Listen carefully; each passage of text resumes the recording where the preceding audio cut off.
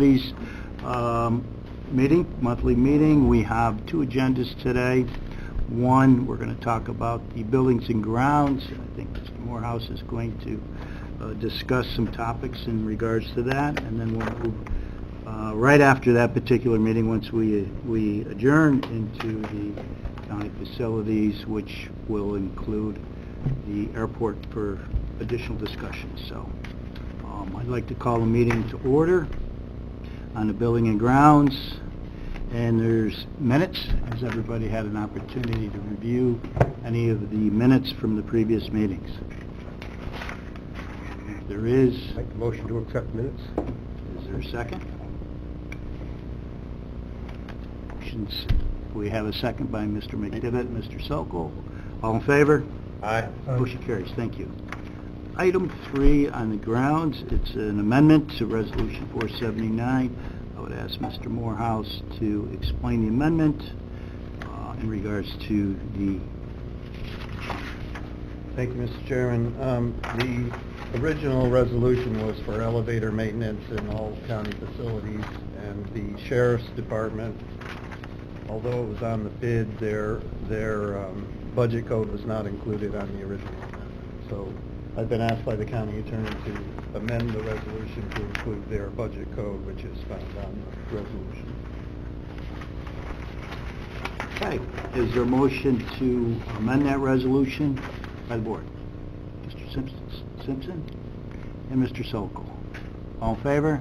Aye. Motion carries. Thank you. Okay. Item 4. Referral pending items from page 2. Mr. Morehouse. We have no action on any of the referral items at this point.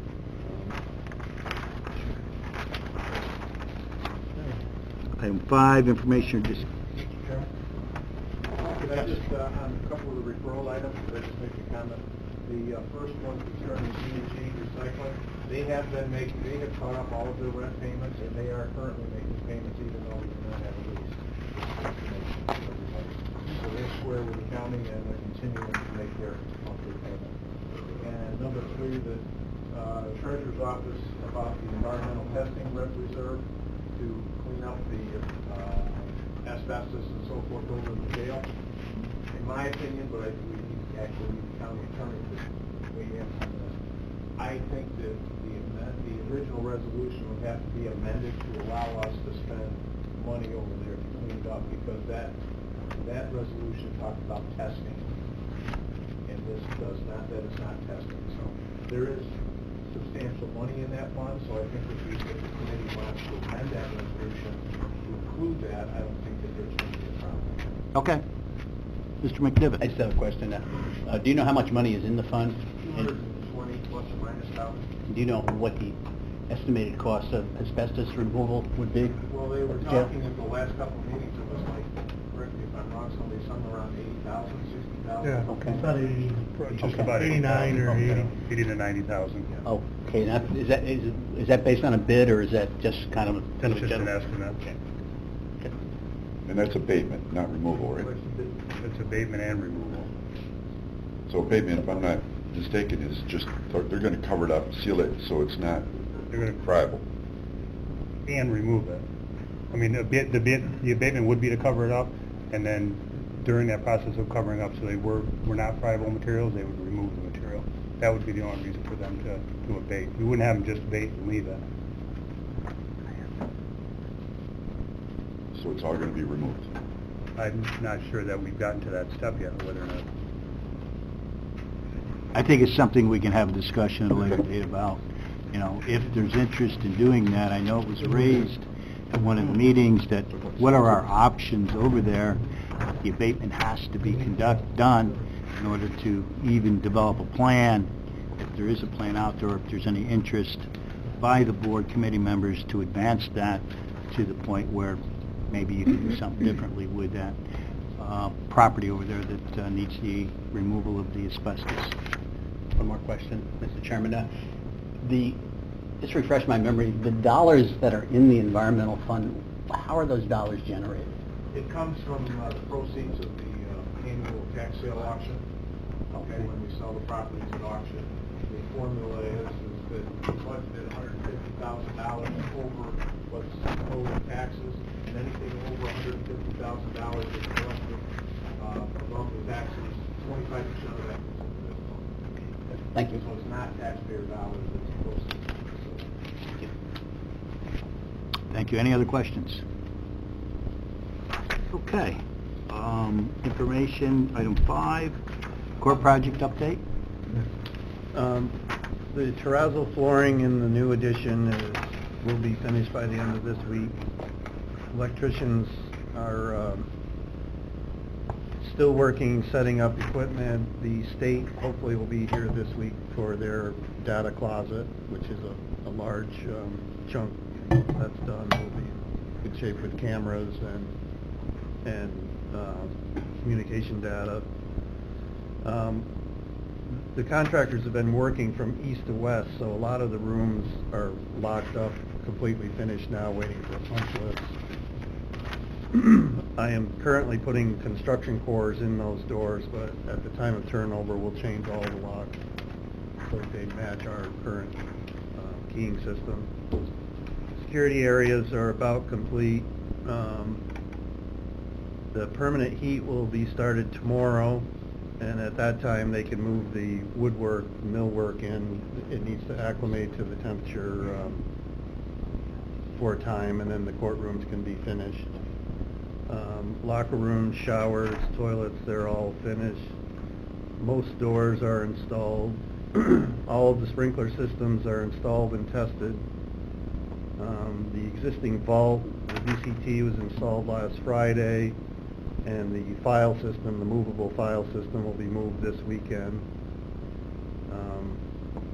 And they've also started a little bit of the Phase 2 work, which is wasn't supposed to start till June, but the contractors wanted to remain on site so they didn't have to mobilize again, so we were able to do a little bit of the Phase 2 work in the existing vault and the family court waiting area near probation. So we've got a good jump start on that also. That's about it for the update. I would offer again, anyone who would like to look at the building, if you haven't seen it, I can make arrangements anytime to take you through. I was going to add on to that as well. We took the inter-county legislative group through last week to give them a tour, so you could call Frank or I, and we'd be more than happy to take it. We just need maybe a day's notice to take you through. And to add on a little bit more of what Frank said, as of right now, we had just told Joanne Mann in courts that we can probably start doing a soft turnover to them the week of March 26th. So they can start moving their cubicles, desks, things over in that area. There will be some punch list items still to complete, but we're, as Frank said, June 1st was the date that they were supposed to be in there, so we're well ahead of schedule. Just have a question. What does data closet mean? Your IT. So it's just your all the... computers, okay. your security, all that goes to an IT. Everything in the court, well, I shouldn't say everything, but most of their data, computer lines and all that are supplied by the state. The county doesn't do most of their computer work, so they need a separate closet for the state and a separate one for the county. Okay, thank you. Any other questions? Okay, I'd like to move on to the privilege of the floor to discuss any additional items to come before the committee. Are there any? I have one item I'd like to bring up to the committee. I appreciate Mr. Swan bringing up the contract between D&G. I've been reading the contract, and I think that I'd like to bring to discussion at the next meeting and build a consensus from the committee if we are looking to renew or we are looking to renegotiate. I think the contract is old. I think there's some language in the contract that we need to address as far as housekeeping. I think we need to do an inspection of the facility. If you look at the contract currently, and I don't know if Mr. Morehouse has been in there or not, we should periodically examine to make sure the baler is functional. We should make sure that the the scale room is functional. All of those items are in the contract. It's the responsibility of the contractor to maintain. So I would suggest that we have a tour, take a look at the contract and see where the board stands, if they want to renew or renegotiate, because we're looking, just a renewal, I don't know, at this point in time, is in the best interest of the county to do. So I'm leaving that out there for your discussions. If anybody needs a contract, I'm more than happy to make arrangements for you to get it, to review, and we can have this open discussion at the next meeting. Okay? Mr. Lowe? Thank you, Mr. Chairman. Sounds like a good idea, good plan. So if you need them, please let me know. I'll make sure you got them. So, Mr. Chairman, just to, why not send some more emails out to everyone? I'll take one. Okay. Mary, you could make arrangements, possibly at your convenience, to those that are interested in a contract, and read it, and we'll discuss it at the next meeting and see what the board would like to do in regards to that contract. Okay? Thank you. Anything else? Motion to adjourn. Oh, we do? Okay.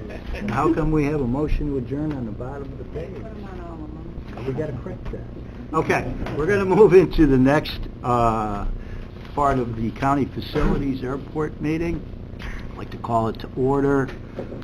Motion to approve the minutes of the prior meeting. Is there a motion to approve those minutes? Then why do we put it on there? Okay. Well, I'm all for making the agenda a little bit smaller. Okay, item 3, grant application. The airport reconstruction design for the apron. I think that is an application that's in your packets. I'd like to turn that over to Kevin. If you have any questions, it's basically an application to submit for design and engineering in regards to the dysfunctional apron that has failed periodically, and it appears that we need a new apron out there. So I'd like to turn that over to Kevin if you have any questions or comments Kevin would like to add to that. Thank you, Mr. Chairman. This apron sits out in front of the terminal building, actually across basically taxiway A.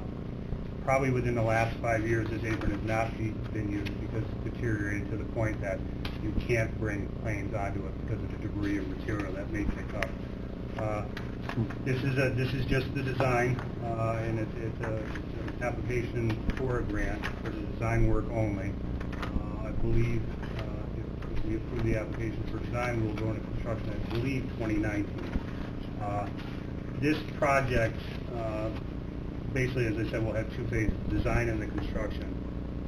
The design of this will incorporate, right now there's a single entrance to this apron area, lack of a better way of saying it, a driveway. We would propose, as part of this design, is to make that entire area open up to the front apron in front of the terminal building, as well as the taxiway, for a couple different reasons. One is operational. When transient planes would come in, they could easily just park themselves on apron. That happens a lot, and maybe Rich Air would like to jump in on it, but that happens a lot. In the summer months during track season, there's quite a few jets that park in front of the terminal that take up quite a bit of that area. Right now, if that area gets filled, we don't have anywhere else to put them except on taxiway B. Safety-wise, closing taxiway B for your general aviation, not that they don't follow the NOTAMs, but at night times or low visibility, if they were to come down taxiway B, they would encounter one of those parked planes. This allows them just a bigger area for them to park in the summer months. It also allows the ability that Rich Air does not have to marshal planes into that area. They could go in there and park themselves. There was a couple other parts of the design of this project that would be included. That area, as most of you know, is used for the vendors during Balloon Fest, but there's no electrical or water that's located out there, so part of this design would be to run a water line as well as electrical out there for Balloon Fest. And again, as I said, the apron eliminates the current need to periodically close that taxiway. Any questions? Make a motion. I have some question. Kevin, When you estimate the cost of this project, do you, I see a schedule here, is it kind of a common generic process that you use on this? Is it a square footage type thing? It's typically based on a square footage cost for engineering, and again, if the engineering on this, I think, comes out to be about $135,000. And I failed to mention based on this, there's a 5% share for the county. I think it's $6,700 is what the resolution has. We have that money already in transfers to capital projects. We're not actually establishing the capital project yet until we get closer to receiving the grant. But we do have the money to cover the local share, at least for the design portion of it. But it's typically based on a square footage cost. And will this go out to bid? It will. It will. Yep. Yeah. Thank you. Any other questions? Let me just add to what Kevin was saying. I concur with what he's saying. Could you introduce yourself? I'm sorry, my name is Steve Abbott, General Manager for Rich here. Just to concur with what Kevin is saying, that I agree that there is a need for overflow in the summertime for and general aviation traffic for that ramp. But because it is such an deplorable condition, it's not a true ramp that we can't automatically have airplanes go over there on their own or be marshaled over there as a designated parking spot. I'd also further like to add that the state police would also like to have a separate area to land on, and this would be a prime location for them to do such, which it is, I believe, also part of the airport rail thing for future development that possibly in the future as well. Okay, thank you. I just want to step back.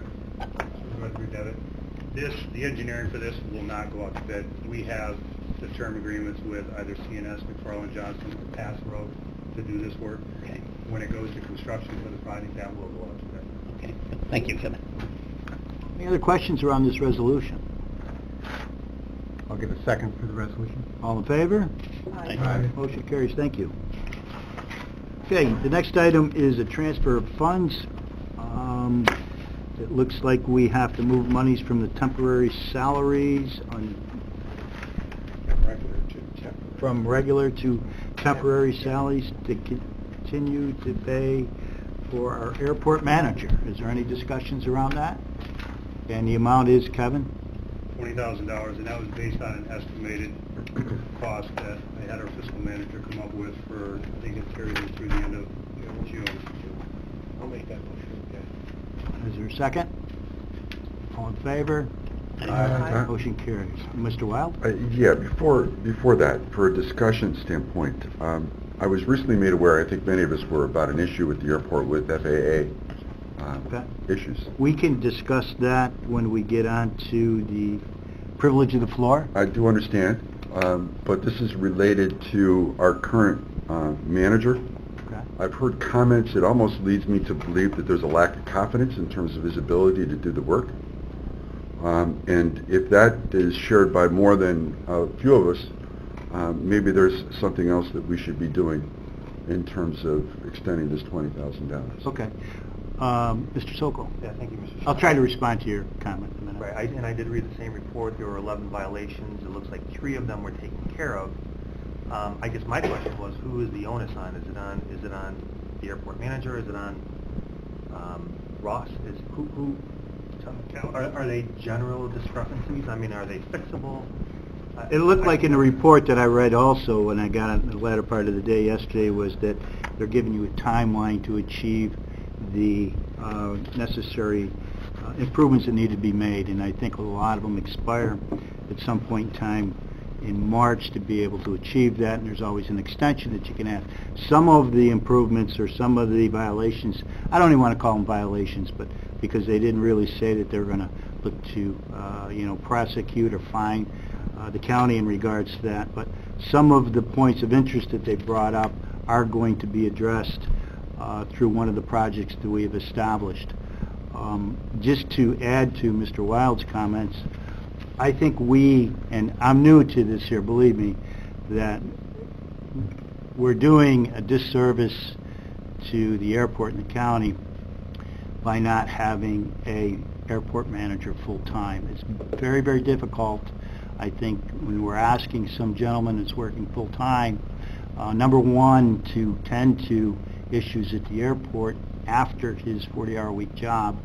And there's day-to-day issues that I think come up regularly with our fixed base operator that needs to be discussed, talked about, and addressed. So what I would suggest to this board, and I know that we've asked to extend his salary up until June, that maybe we seriously look at bringing in a new airport manager.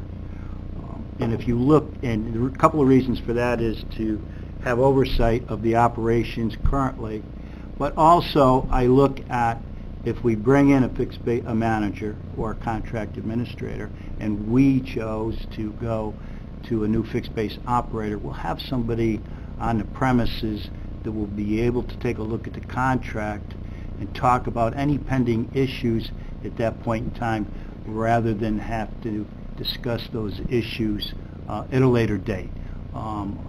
My experience brought me back, and the reason why I say this is when we were dealing with the Civic Center, there was a lot of issues that would come up periodically, and I think Peter might be able to relate back to when we had a private contractor come in to do some work for the city on the water and sewer side.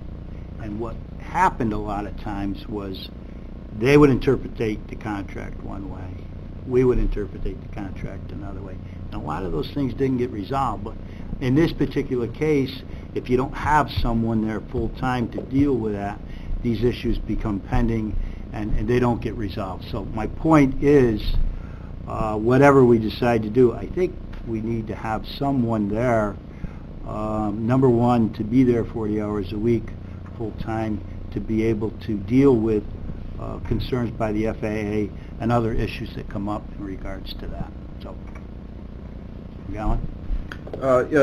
Back to the efficiencies of Ross Dewberry's there. I have some great concerns because, I have to read in the paper about an incident that was done back in October that is brought some legal action against the county, and I have to read about it in the paper and not here. And I did ask the question, how come there was no incident reports, ever made, or ever drawn up? I mean, I believe this is a major function. I also had some major concerns. Was really these $20,000. What are we actually getting? Where is he putting in the time? Is it at home? Is it on the computer? Is it actually at the shop? And I believe Rich Air has offered to take over a lot of his services free of charge until, further developments of what we're going to do with the airport. And I'm trying to figure out, since we have such major budget restraints coming up, that we don't take advantage of free offer. I don't think there's anything free to your comments, but what I would suggest is I have not yet seen a request for qualifications or a proposal presented to me. Maybe the board has seen it already, where he is willing to help us in regards to the day-to-day management. I'd like to see that, and if that's the case, and that becomes the choice of the board to engage into a contract, I think that could be something considered. But I think what we're also looking to do is we did, and I was going to touch bases a little bit later about the request for qualifications and all of that, and that kind of falls into it, is we have gotten a response. The board put out a request for qualifications for a fixed base operator. We got a response back. We did receive one response back to be a fixed base operator, and that's something that I think I'd like to talk to in a little bit more detail with that process, because that existing contract will expire this calendar year. So maybe we can resolve some of these issues at this point in time through that process. Mr. Beatty. Yeah, getting back to this inspection report that we all received yesterday, there was actually 16 discrepancies.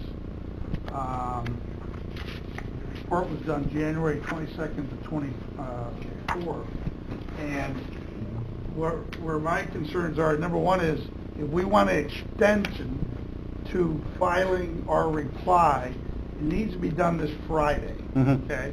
So, Kevin, do I have your assurance that you're going to ask, as you're acting, whatever, as the DBW with Mr. Tennyson out, or, do I have your assurance that you're going to respond and get an extension? So that we... You do, and I actually started writing a letter this morning to the FAA inspector so I can send it out. Okay, so that's step one, that's good. So now we got an extension, so we don't fall in violation there. The next thing I want to know is who's going to be in charge of fixing these violations or discrepancies, as they're listed, not violations. Who is the county assigning to fix these discrepancies that are in these 16 discrepancies that I've read about? So, Kevin, can I ask you that? Sure. Two of the discrepancies were associated with Rich Air, and they have fixed one. There's another one that there's still some question of whether or not it's corrected. We believe the intent of the National Fire Protection that it is not corrected. They're looking for that one particular one is a fire extinguisher on the vehicle. It's supposed to be on opposite sides of the vehicle. They have them on opposite sides of the vehicle, but on the back. Again, it's an interpretation. I understand that they asked our building codes department what their take on it. Again, FAA came back and said they want them on the opposite side of the vehicle. So I believe Steve said in the letter that they were more than willing to correct that. They're going to talk to their fuel supplier to get that one corrected. The rest of the deficiencies that are on there, or minor violations, some of them pertain to striping, lighting, sign work. We just awarded last month a contract to Baseline King to come in and do a majority of that work this spring. They can't start the work yet until snow's out of the ground and the ground's no longer frozen. The other items that were listed on there mainly had to do with training and personnel. I'm not going to tell you that I'm the one that's going to go out there and train them because I'm not trained for that. But Ross has trained initially a couple of them out there, but they need a second training. Ross and I spoke about this. We said that we could get those guys to come out there possibly on the night or the weekends. Actually, I've been out there for the last 2-3 weekends in a row, just trying to get a handle on the airport myself. So that'll correct those violations. I think the last violation I think that was on there was regards to the our fire truck and the use of that fire truck. There is a training program coming up in April that I can send at least 2 of the guys to. I was going to bring that next month to committee so I could send them out there. Right now there is no ARF capability out there, but we do have mutual aid with South Queensbury, Glens Falls, Bay Ridge, Glens Falls Hospital, American Red Cross. I mean, they're all there as a mutual aid for us in case there is an issue on the airport. Again, the only time that you would typically use or need the requirement under Part 139 for an ARF vehicle use or the fire truck use would be if we have a commercial, and you can correct me if I'm wrong, Steve, but we have 9 people scheduled coming in, over 9 people in an airplane schedule coming in. That would be one reason you would need it there, and the other reason you would need it there if you had an unscheduled over 30 or 31 people coming in on a commercial airline. That typically doesn't happen in an airport. Not saying that it wouldn't ever happen, but Ross has informed me that typically that's a 24-hour notice that they must let us know that they are coming in. And Ross actually said to me that he would take a personal day at his existing job to come up here and be on site if that was a scheduled visit or a scheduled flight. Okay. So I'm not sure if that question was answered, was it? Who's responsible? Well, the way I heard it was, Kevin, you're taking charge of a lot of this. I am. And the personnel aspect of it, the way I heard it was Ross Dewberry's taking charge of that. Is that what I heard? I am taking care of it with Ross. Ross will do the training with them for a second time. We actually added a 3rd person out there during snow and ice season because they needed it, who didn't have the training yet, but the other 2 had again, it was a quick training before Ross left. Ross said he's more than willing to come in on any night and have those guys come over there to do more training with them. So do I have assurance that these discrepancies from a personnel standpoint, actually all the discrepancies. The other ones seemed cut and dry. We need to get some signs repainted and so forth, and new bulbs and all that stuff, which you've already contracted a company to do that and so forth. So do we have assurances that these discrepancies will be, because my big thing is the personnel part of it. I'm just a little edgy on that we will have those done in the dates required by the FAA so that we're not in violation of these discrepancies. We will have them done as far as the dates required. If I'm asking for the extension, it's to give me time to make sure that they're properly trained. Thank you. Okay, I'd just like to respond to Mr. McGowan. I understand your concerns or your dissatisfactions about information being presented in a timely manner. Going forward, we will do everything we can to improve our communications between the existing part-time manager and this board, so you don't have to, or this board members don't have to receive phone calls or letters. We're going to be informed so we can have a discussion at it going forward. So the communication thing has been a little bit of a problem, but I'll clear that up. Thank you. I just want to finish out with Rich Air. Was I wrong in saying that these services have been offered? Has it been done in writing? And can it be offered in writing so we have a copy of the services that you said that you'd help us out in this transition that we're going through? Yeah, I concur with your assessment that, one, we have in the past mentioned verbally and also, I believe, in written to the board in the past that we can go on to help out, as we, again, today, saying that any services that you need assistance with, we're here as part of the team. We're there at the airport, for the forefront of the visual eye, if you will, in Orange County, and the forefront of taking care of operations there. And certainly we want to make sure that we as a team help the county as much as we can to make sure that these items are fulfilled, in the safest manner possible and in compliance. Okay.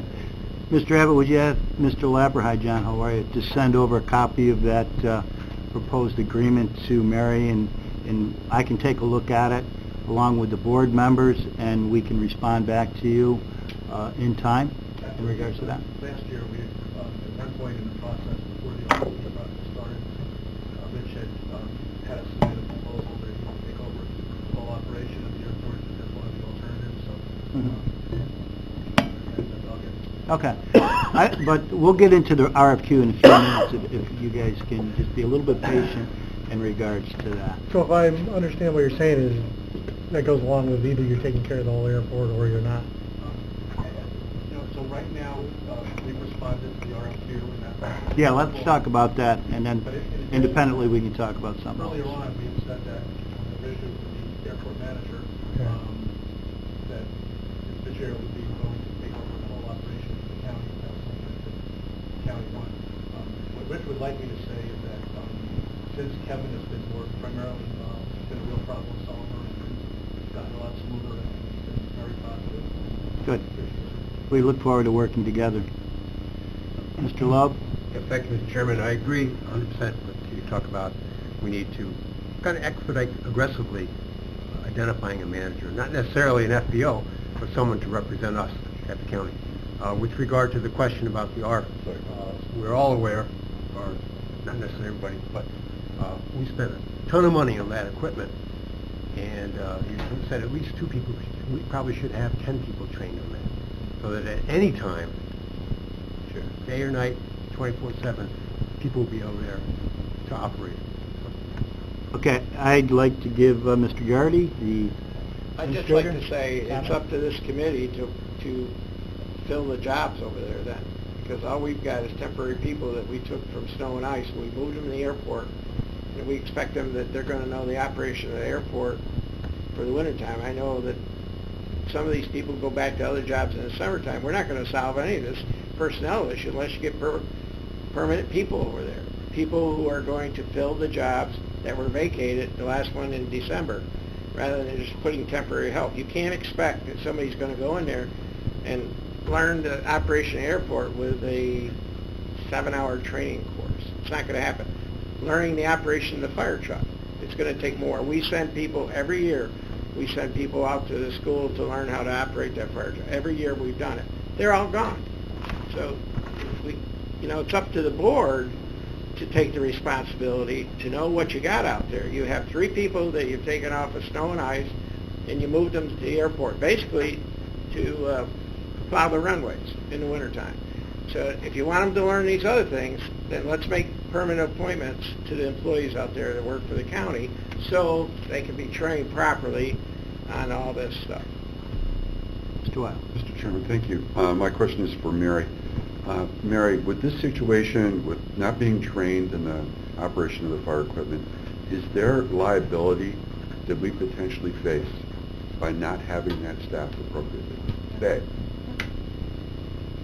So that liability will extend until the end of April, or maybe longer until we can get these people trained?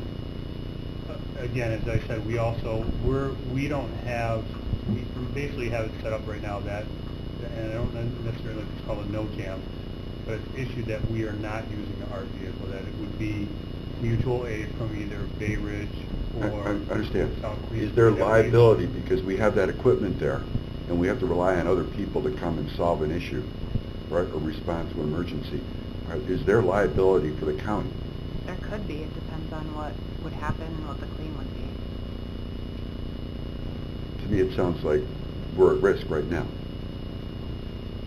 So how can we address my question, open question, how do we address that today? Or do we just kind of... Well, you have stick our head in the mutual aid ground right and- now as a fallback position. And that mutual aid is, we're liable And because I'd of that like, mutual aid, because we have a piece of I equipment. would- My sense is we have a piece of equipment there that should be able to respond to an emergency. It's not able to be utilized because we haven't taken any steps to make sure it's able to be utilized. So now our response times are much slower because we're using mutual aid, right? To me, until it we sounds make a like- decision on the fix based on the airport manager. The individual that was trained in that respect to operate that piece of equipment was your manager. He chose to take another position. So if we resolve that position of replacing him or other people, as Mr. Garrity brought up, we could talk about that at the next meeting as far That's as... why I've objected to the $20,000 in transfer funds. Do we need a full-time person there right now instead of a Well, part-time person? in my recommendation to the board, I think that would be a benefit to the county. However, it's up to the board to make a recommendation to advance that if they want to do that. I mean, these are issues that we can talk in greater detail. We can have a workshop, or we can discuss that at the next meeting. At least you'll have an idea of what you want to do, how many people you may want to put on, you may not want to put on. But those are things that we can discuss. I can't answer your litigation question, but I know we do have mutual aid, and like that, we have mutual aid within the city, with the town of Queensbury and other communities. If we're already out on a call, we summons mutual aid, and there is no liability at that point in time because we have an agreement. Yeah, but I'm going to rely on what Mary said. There's liability. That's right. fine. And if I was in an airplane and there was an accident and I needed somebody to come and help me, and there's a fire truck there and nobody knows how to use it, Oh. I would expect whoever's representing me to come after the county. Okay. That's my sense. Mary, am I kind of right on that? So we can sit here and pretend like we don't have a liability issue, but we do. We have a And mutual my aid sense- position that can be called upon once we decide who and what employees we want to replace. I don't have that answer today in regards to that, and who you want to hire. We're talking about different things, right? I understand Well, mutual aid. the individual that was operating the piece of equipment was the employee. So could we get someone to come in there to solve that issue today? Tomorrow? We probably could enter, would you want somebody on the premises I 24 would like hours to a day, address 7 that days a week? liability. Well, why don't we have Mary put a scope together on how to address that responsibility? Do we need someone? I mean, I'm not asking you to answer the question today. Why don't you bring that back to the board and we can figure that out? Kevin? Well, I mean, I can tell you that irregardless of when Ross was the only operator of the fire truck, he was only there 7 to 3, Mr. Wild. So there was nobody there after hours to operate the fire truck. My suggestion would be that you bring in some of your mutual aid companies and train some of your volunteers and some of the city people who would respond on the operation of the fire truck. That's what I would do. But I would go back to, we took people off snow and ice, we gave them the airport job, we gave them a crash course in what they needed to know. There's the issue I get sometimes is there's not a go-to person, even though, people can say, well, it's, I don't know. I would say we need to appoint somebody. I agree with Jack. We need somebody there 40 hours a week, to at least 40 hours a week. We need to train more people on the fire truck, but we also need to step up our training of the employees, and maybe we should leave them there or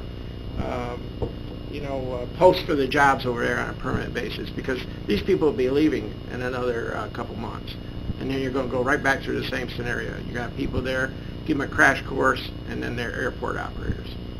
Mr. McGowan, then I'll get to you, Ms. Bramer. Thank you. This is for Rich. Is there anybody trained with Rich Air for the fire apparatus? Not currently, but we certainly offer our services. We're there 7 days a week, practically 365 days a year. So on top of, I think, mutual aid, being trained would be an excellent idea. Certainly, we would entertain the option of us being trained there. But we're already there 7 days a week, past 3 o'clock typically. And, as we have in the past, we're more than happy to help facilitate them being trained and operate the vehicle as well as fit to the And how quickly do you think you can implicate that, Rich Air can implicate that? Be as quickly as the county can. We still have to go the same training, ARP training that's required by the FAA for the 139 certificate. But certainly, it'd be an added benefit for everybody to be trained in Northern Area, in my opinion.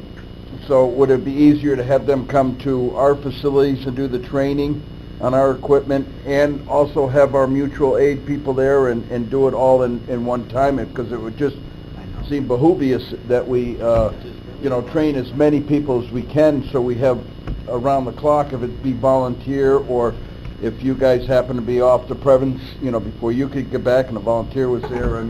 Could I make a suggestion that we sit down within the next 3 days or so and have a small committee meeting to discuss these issues? Because once you brought up the point that maybe Rich Air could do this for us, there's going to be a liability then when he's using our equipment also. So all of these things have to be figured out.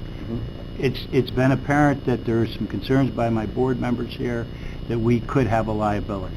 I don't disagree with you. We do have a plan in place for mutual aid to help us resolve some of the problems. We do have some personnel issues because I'm not quite sure if the county really knows where they want to go, what direction with the airport. We're talking about the fixed-based operator. We may eventually become our own operator. We may have another response for other areas. So I think some of these things are in limbo, but we have to, I think part of our questions that we're raising will be resolved once we get into the RFQ, RFP process, because that contract will be expiring at the end of 2017. We'll have a better idea. In the meantime, if we have to put on some part-time people, we can do that. I'm sure that we can do that. But I don't think we're going to resolve all of these issues today in this meeting. And if you feel strongly, we can schedule another meeting to discuss this. Mrs. Bramer. My suggestion was, Rich Air is there. They're already on the ground. We can certainly do an MOU or some sort of contract amendment to help with getting people trained as well.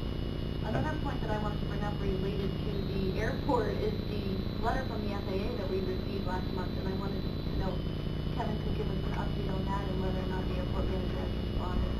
And it's related to the Runway 1 grant. Supervisor Bramer, I just saw that letter this morning. I actually think Travis handed it to me out into the hallway. I have not seen that letter yet. I know it's the second notification. So right away I sent a text to Ross and said, what is this and where is it from? And I got a response back that said that he responded back in January. I don't have a copy of the letter, and of course he can't send it to me from his work office, but I would, if you give me time, I'll get a hold of that letter and I'll send it out to everybody on the committee.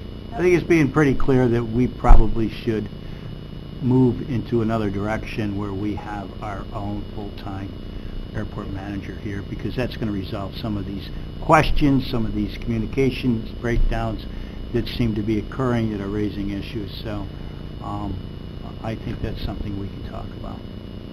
That'd be great. Okay. I mean, there were communication breakdowns, so when we... We're going to try to eliminate those as we move along. Thank you. Mr. Loeb. Yes, thank you, Mr. Chairman. With regard to what Supervisor Garrity said, and other comments, when it comes to the county and the airport, we are the county. This is the people sitting at this table. It's incumbent upon us to make the decisions, and we can start making them today. When we do the RFQs, when we send out the RFQ, we've had respondents that said, we'll do everything, the whole lock, stock, and barrel, or we just want to do this part and let the county take over the manager. I like the idea of maintaining our position of having a manager representing us on site as well as the FBO. But I don't think we should wait 3 days. We can make decisions on which direction we should go, starting making those decisions today, and start making the decisions today about how we're going to get these people on board. Why put it off till tomorrow? We're the people that are going to make the decisions right here. Take your thoughts under consideration, Mr. Stoffel. Thank you, Mr. Chairman, and to address that, along with Supervisor Wilds in particular, this is clearly a personnel item. We are meeting for personnel in a couple of days. To give us a couple of days to rehash it. This way, we can maybe set aside some time at that meeting to address this issue and move forward. That way, we can possibly even implement something on the board meeting. And you got to probably, being the chairman of the finance committee, you'll be able to point in some direction. If the monies aren't appropriated, you'll be able to find the monies to make those necessary transfers, if in fact this is what the committee would like to see done. I just wanted to add one thing to Supervisor McGowan. They don't come here to do the training. You have to go out to Syracuse. I believe it's Syracuse or Rochester to do the training. They won't come here to our airport to get the training. As far as, and I haven't seen really the proposal, again, that was something else that was shown to me this morning of Rich Air taking over the airport, which was something that was submitted last year. As far as them assisting us, I appreciate all the help that they can give us, but when it comes to grants or anything to do with the FAA, they are not the sponsors of the airport, and they are not the owners of the airport. And a perfect example is some of these violations, and Steve took it upon himself, which I didn't see it until after the fact. He responded to the FAA inspector, and she sent a scathing email back to us saying the FBO is not to respond to us. They're a private entity. You're the owners. You respond. So for them to assist us, some of the discrepancies maybe, but for them to respond with the FAA or anything to do with the grants or anything, they will never be able to do that unless they were the owners of the airport. Okay. Thank you. Mr. Chairman, thanks. Just a quick one. Kevin, there's obviously some concerns. Are you going to be able to, do you have a bandwidth to kind of keep an eye on what's going on over there at the airport? I am. I'm doing my best. I'm staying on it. In fact, to be honest with you, I've been working every night trying to understand everything with the airport. I've been over there on the weekends just trying to stay on top of everything that's there. Thanks. Let us know if you need some help. Thank you. Anything else? Yeah, whenever. Mr. Lowe. It's a privilege of the floor. Thank you, Mr. No, we haven't Chairman. got to the, Okay, I'll wait we got till- other items on the agenda to talk. Don't rush it. Used to be like meetings. Okay. Next item on the agenda would be to, Did we, did we ever transfer the vote on monies? that $20,000? Not yet, did we? Okay, so we haven't, You have a motion. okay. Is there a motion to, You have a motion, you just need to talk about... okay. Yes or no. Is there, okay, would it be the privilege of the committee to transfer the $20,000 to compensate our part-time manager until we resolve the issue of a manager? Yes. Yes. Is this a roll call vote? Yeah, Well, I was yeah. going to back to my suggestion of bringing this to personnel. Can I wait a couple of days where we can bring it to personnel and approve it there? Okay, you don't need the monies moved then to pay him today? I do need some money to move, because he's already submitted time. He's been submitting time over. You're not gonna use the 20,000, that's just a cushion. You're That's only it, gonna yeah. use what he bills until. Right. So you can move the monies back. If it's the pleasure of the board, this could end in 2 weeks. So, I mean, this you need to do for an accounting function. You can always move it back, but I mean, let's not be coming here every month moving $5,000 over, $5 over to pay somebody. I mean, I just think you should just move it on 20,000 and let it sit there. Just keep track That could be of how spent, much he... unless you use it. Right. Yes. Yes. Yes. Motion carries, thank you. Okay. Mike voted twice. That's all right, he can vote 3 times if he wants. All right, next item on the agenda would be a discussion or some information on the local match for the T-hangers. Well, as of last month, thank you, Mr. Chairman, as of last month, we received notification from DOT for the approval of the grant for the 2 new 10-bay key hangers. I think the question came up in last committee that I don't think Mr. Tennyson had an answer to, but I have it for you today, was what was the local match for that? And the local match on that project, and it's a 90-10 project, is $99,000. $99,300 for the local match. Okay. And those can be in-kind services. I'm looking into that, but I believe it can. Yeah. Okay, is there privilege of the floor? Anybody would like to talk about any other topics relevant to the airport? Mr. Lowe. Yes, thank you, Mr. Chairman. I've been watching the communications over the past few months about the airport. We are the owners. There are a lot of parties involved with the airport, but in the end, we are the owners. And in the communications, I've noticed tones with an edge. And I think parties need to pull back from that and recognize that we're the owners, and open government sometimes is not pretty, but we have to discuss these things and move forward, and everybody should recognize that we are the owners and not try to play one supervisor against another and cause disruption in the forward progress we're making. Thank you. Thank you. Mr. Sokol. And I would also like to echo what John Ladler had said. I have heard great things about our deputy superintendent, and Kevin did a great job out there, so word's getting out. Thank you. Anybody else? Mr. Whitehead. Thank you. I thought I heard earlier that perhaps we were going to discuss the RFQ. We are. I was going to hope to get to that after we got done with some of the public comment, and I'd share with you my understanding of the process. And I also see I had a privilege of the floor listening here in a discussion about the airport advisory group, of which I was a member. Would you like to share that report with us? I don't have a report because the last meeting was canceled without Okay. notification.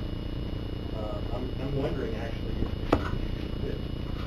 I don't know if they've been officially recognized by the county or not, but certainly they could meet if they choose to do that, and I can make time on the agenda for them to come to us with any recommendations or any topics. It's just like a public format. They can share their thoughts.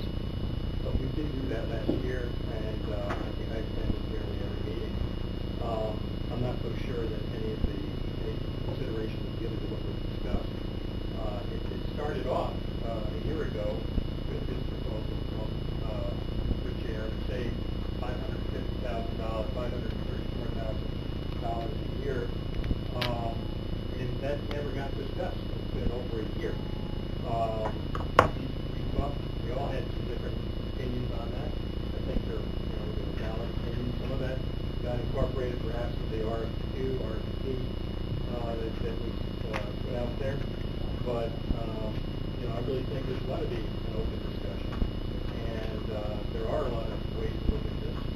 And it seems like we've gotten down to the point of saying, hey, either we're going to take it over, or we're going to allow your chair a larger role in this. And it's definitely discussed. Okay, thank you. Actually, thank you, Chairman. I can possibly address Travis's concern. Supervisor Seaver, as you know, was the committee chairwoman. When this year rolled around, she had suggested that I take it over. We did have one meeting, I believe, 2 meetings possibly, as chairman. And we didn't really have anything on the agenda for the next meeting. An email was sent out for the cancellation of that meeting, and we were going to do it as on a need basis. So if there was something pending that had to come up, we could always hold a meeting. I have no problem with that. But to just sit as a group and spin our wheels. Yeah. So I guess, I mean, I'm open to have a meeting if you and the other committee members would like, but. I think there are, Mr. Clemens, Schweiker, Dr. Shumper, myself, I think we all gave some input there that would be valuable. Sometimes we crash with one another, sometimes we agree with one another. And I believe that it would be valuable to have some different perspectives there. I agree. And I mean, if we can email each other and figure out, get an agenda together, I don't mind holding a meeting. Okay. Anybody else? Mr. Abbott? Chairman, yeah, just one quick comment regarding the notification to the FAA about progress at the airport, et cetera, et cetera. During the transitional period where there was no point of contact officially recognized at the time, our contacts at the FAA had reached out to us and had mentioned that they were questioning who to contact, and we said certainly the county, we believe, is still the official sponsor, so please, notify them, but also keep us in the loop. And they had mentioned to us that we keep them in the loop as well. So therefore, that part of the notification with the recent inspection, we had in turn communicated to the FAA as well as the county. So, but being that there's a transitional period now is over at the FAA as well, because those people are now being transferred to the DC office, and now that we have a clear point of communication established here with Kevin and stuff like that, moving forward, we certainly will communicate directly with the county. But we just wanted to clarify that there was no intent to jump over the boundaries and overstep anybody's toes on this. Okay, thank you. I want to get back to the last meeting, and this is a little bit off the discussion, but Mr. Whitehead raised a question that I spent some time on emergency vehicles being parked up here, why they haven't been moved. So I should have responded back to you. We have been working with Frank Morehouse in the site down on Warren Street, repairing that. What's left is to put some propane down there so we can have a generator system to work in case the power fails, so where we store those emergency vehicles that you see out here in the parking lot will be able to be called out for services if the situation arises. So I wanted to get back to you with the questions you raised. Why haven't they been moved? I've looked into it, and we're going to take care of that. Okay? Now, getting back to what I mentioned earlier, I wasn't part of the preparation of the RFQ, but I've spoke with Julie Butler. Everybody is aware that the RFQ was sent out for the fixed-based operator or a portion of the responsibilities at the airport. We got one respondee back. That respondee was Rich Air. I think the next step in the process, and just to clarify me if I'm incorrect, I believe at the same time that the RFQ was sent out, the RFP was included. This is my understanding. I spoke with the chairman about that. If that is not the case, then we'll make sure that the RFP will get responded back. I would suggest to the board, I don't believe we need a resolution, that we send the RFP if they don't already have it, and allow them to respond back to this board within 30 days. That should give you a significant amount of time to send it into the purchasing agent, so this board can then proceed with the RFP process. Along those lines, I've been thinking about how we're going to advance that process. What I would, my understanding and experience would be there'll be a negotiations between your company, if they choose to do that, and the county. So I was looking at the committee members here, and I've asked a couple of them if they would be interested in being part of the negotiating team on behalf of the county. And the reasons why I've asked certain specific people is, and I don't want the committee members to be offended by any means, but many of you are also responsible for managing your own towns and communities. Many of you come from many miles away to undertake or be part of this process here. So what I've asked to be part of my negotiating committee would be Supervisor Beatty, along with Supervisor Sokol and Supervisor McDivitt. I haven't had a chance to talk to Supervisor McDivitt about it directly, but I'll give him some time to respond back to me to see what his interest is. At that point in time, we'll sit down there, we'll look at the RFP process, and we'll discuss it internally. Most of this will be done in an executive session format, and then we'll start the negotiations. The contract with Rich Air expires at the end of the calendar year, so I think there's a significant amount of time to sit down and hammer out an RFP or a contract for a fixed base operator, if that's the direction the county wants to go. I'm also hearing discussions about potentially Rich Air becoming the full, complete operator of the airport. I'm not aware of that. I wasn't part of those discussions. So I think that leaves that as an independent issue that the board or the committee could take into consideration once we get into the negotiation processes. So, I chose these. Myself, along with Mr. Loeb and Mr. Wild, are relatively new to the committee, so I kind of relied on the experienced supervisors that have been dealing with the airport going forward, and I've asked them to be part of the negotiations on the fixed base operator. Okay? John? Not received the RFP, just the RFP. We'll make sure that you have a copy of the RFP that was sent out. I believe in the packet, and I was looking at the request for qualifications, that there was a generic RFP. I don't know if that's the existing RFP. It also included in the packets a generic contract. Those on the board here, if you haven't seen the RFQ, you haven't seen the packet that includes the RFQ, the RFP, I would suggest that you ask for it so you can read it in preparation for our upcoming negotiations with Rich Air, because they are the only respondees to the RFQ. So I'm sure that I've got a copy of it. I've been following through it. I'm sure that we can make them available to you, Mr. Sokol, to you, Mr. McDivitt, if you choose to be on it. You can answer me formally today if you'd like. Mr. Beatty, Mr. Sokol have agreed to be part of the negotiating team.